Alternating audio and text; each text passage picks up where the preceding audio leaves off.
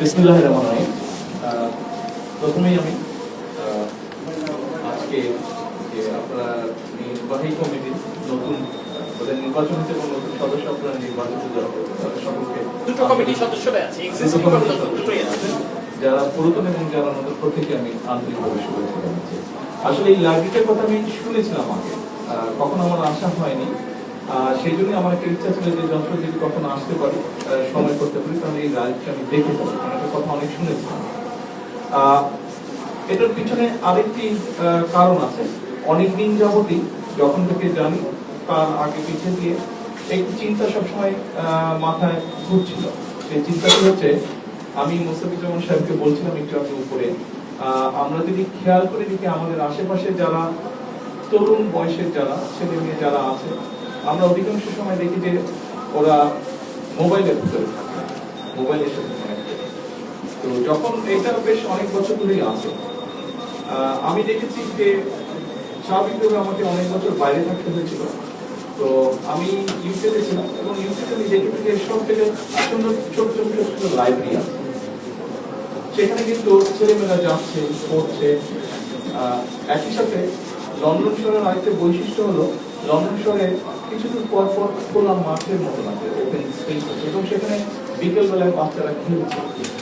তো এই দুটো বিষয় আমাকে খুব আকৃষ্ট করেছে এবং তখন থেকেই আমার একটি ইচ্ছা ছিল যে আমি যদি সুযোগ পাই কখনো, তাহলে আমাদের দেশের ছেলেমেয়েদের জন্য খেলার মাঠের ব্যবস্থা করি। খেলার মাঠ মানেই যে স্টেডিয়ামের মতো কিছু হতে গেলে কিন্তু তা না, ওপেন স্পেস, গ্রিন সবুজ লন, যেখানে বাচ্চারা খেলবে, যেখানে বাচ্চারা দৌড়াদৌড়ি করবে, যেখানে বাচ্চারা বা যে কোনো মানুষ বয়সের মানুষের উপর করে শ্বাস নিতে পারে। এরকম একটা পরিকল্পনা ছিল এবং সে ব্যাপারে আমরা মোটামুটি ভাবে কাজও শুরু করেছি। সারা বাংলাদেশ, ঢাকা শহর সহ সারা বাংলাদেশ চেষ্টা করতে কোথায় বাচ্চাদের জন্য আমরা ওপেন স্পেস ক্রিয়েট করতে পারবো, যেখানে বাচ্চারা খেলবে, ছেলেমেয়েরা খেলবে, বড়রা যারা ওপেন স্পেসে গিয়ে শ্বাস নিতে চায়, মানুষ সচেতনতা সব বয়সের মানুষ বুক ভরে শ্বাস নিতে পারবে, এটি একটি বিষয়। আর আরেকটি আমার ইচ্ছা ছিল, যেটা বললাম লাইব্রেরির ব্যাপারে, যে বাচ্চাদেরকে যদি মোবাইল থেকে কিছুটা হলো বের করে সে বইয়ের পড়ার পাঠ করার অভ্যাসে আমরা নিতে পারি। আপনারা নিশ্চয়ই এর মধ্যে দেখেছেন, অধ্যাপক আব্দুল্লাহ আব্দুল সাইদ সাহেবের সাথে আমি বসেছিলাম কথা বলতে। ওনাদের একটা সংগঠন আছে যেখান থেকে ওনারা বুক রিডিং এর একটা ওনাদের বিষয় আছে, বিশ্ব সাহিত্য কেন্দ্র, রাইট। তো ওখান থেকে ওনারা একটা ব্যবস্থা করেন। আমি সরকারের পক্ষ থেকে আমরা ওনাদের সাথে কাজ করতে চাইছি যে আমরা এখন যেটা চিন্তা করছি, আমরা প্রতি উপজেলায় দুটো করে প্রাইমারি স্কুল আমরা টার্গেট করার চেষ্টা করছি, যেখানে আমরা বাচ্চাদেরকে বই দিব, কোনো রাজনৈতিক বই না, রাজনীতির বাইরেও বিভিন্ন বিষয়ের বই আছে, বহু বিষয়ের বই আছে। আমরা সেই ধরনের বই দিব যেগুলো বই পড়লে বাচ্চারা অনেক কিছু বুঝতে পারবে, দিন দুনিয়া সম্পর্কে, পৃথিবী সম্পর্কে জানতে পারবে অনেক কিছু। এরকম বই দিব আমরা তাদেরকে, এবং বই দিয়ে আমরা সেটা তাদেরকে আস্তে আস্তে আস্তে পাঠের অভ্যাস করাতে চাইছি।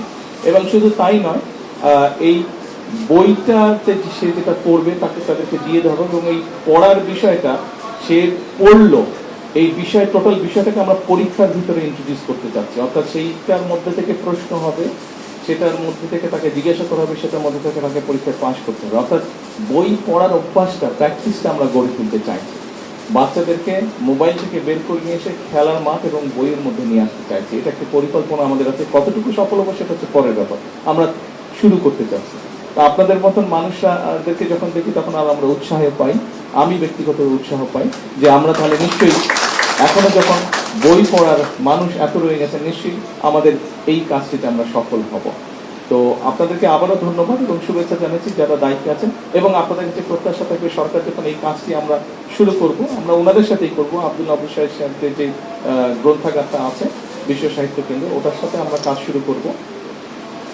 তখন আপনাদের মতন মানুষ যারা সারা দেশে আছেন তাদের সাহায্য সহযোগিতা লাগবে, তাহলেই আমরা কাজটা দ্রুততার সাথে করতে পারবো। সকলে ভালো থাকবেন, সকলে সুস্থ থাকবেন। আসসালামু আলাইকুম।